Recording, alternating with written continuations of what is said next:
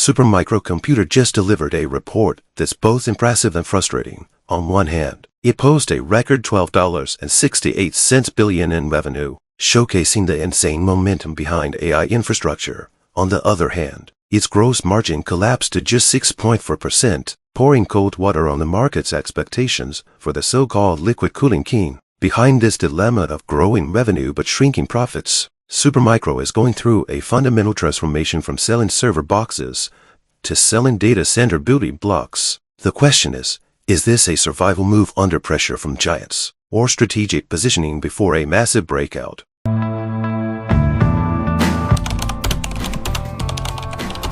What's up, guys? Welcome back to Deep Dive Stock Earnings. If Nvidia is the one selling shovels in the AI gold rush, then Supermicro is the engineer building the reservoirs and pipeline systems.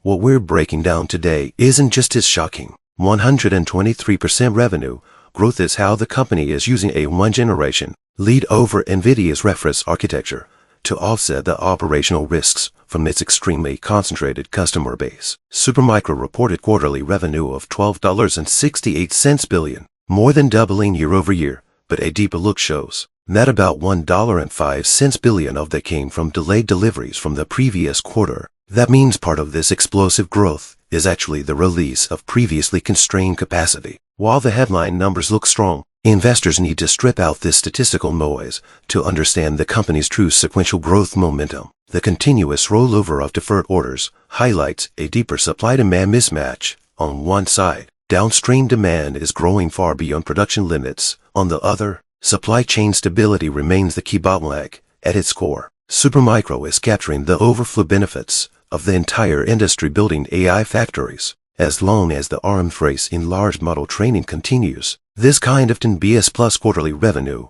may shift from explosive growth to the new normal. The 6.4% gross margin is the most concerning signal in this report, down sharply from 9.5% last quarter. This drop reflects multiple pressures. First, a single hyperscale customer contributed 63% of total revenue, giving them massive pricing power. Second, expedited shipping costs to meet deadlines, along with rising prices for key components like memory and storage, have significantly squeezed profitability. In hardware, a 6.4% gross margin is basically picking up pennies. It shows that when facing cloud giants, Supermicro still lacks pricing power and is acting more like an assembler.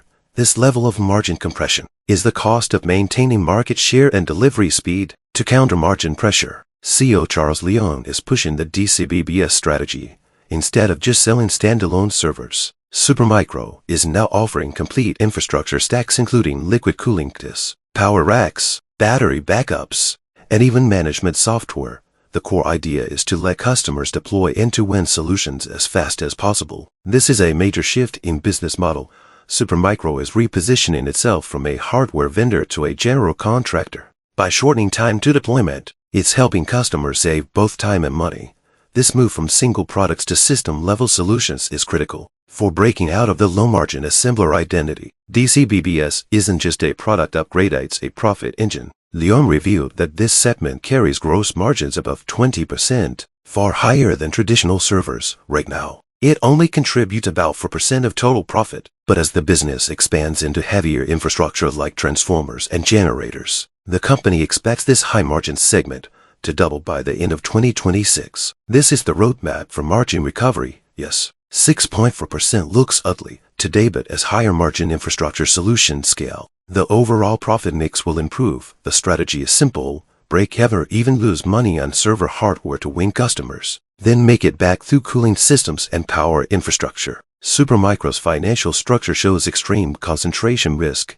Its largest customer accounts for 63% of total revenue. At the same time, 86% of its business is tied to the U.S. While Europe saw a sharp 63% decline, this means the company's fate is heavily dependent on a few major customers and a single geographic region. This kind of customer concentration is risky as like standing on one leg. If that major customer cuts capex or switches suppliers, revenue could fall off a cliff. The decline in Europe also highlights weaknesses in global expansion.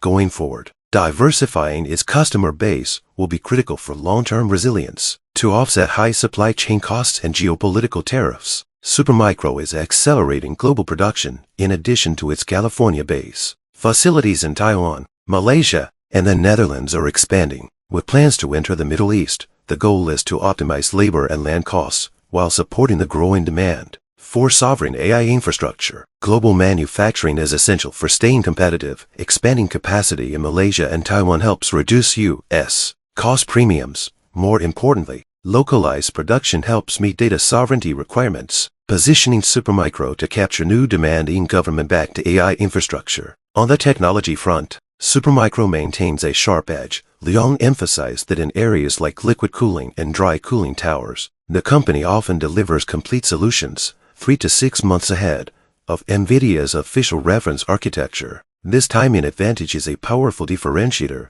in both cloud and enterprise markets. Speed is everything. In the AI era, a 3-month lead can define an entire quarter by aligning closely and sometimes even ahead of NVIDIA's roadmap. Supermicro ensures it's the first to deliver plug-and-play solutions. As long as this lead holds, it will maintain a strong position in high-end AI deployments. Despite margin pressure, Supermicro raised its FY 0-6 revenue guidance to at least $40 billion. The company remains extremely bullish on AI infrastructure demand, driven by upcoming platforms like Blackwell and future Vera and Rubin architectures, which will require increasingly efficient and integrated server solutions. A $40 billion revenue target is the strongest response to market skepticism. Management clearly sees current margin pressure as a temporary trade-off to capture a much larger opportunity. If revenue continues to scale, margins will eventually recover through efficiency and product mix optimization. In summary,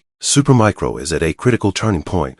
Its explosive revenue growth proves its market relevance, while its ultra-thin margins expose the harsh reality of being a hardware integrator. DCBBS and global expansion are its two key levers for a turnaround, while its deep integration with NVIDIA remains the engine driving its acceleration. So the real question is, can Supermicro's strategy of winning with speed and scaling into profits actually pay off in the long run, despite razor-thin margins? Drop your thoughts in the comments. I'm Deep Dive Stock Earnings, and I'll see you in the next one.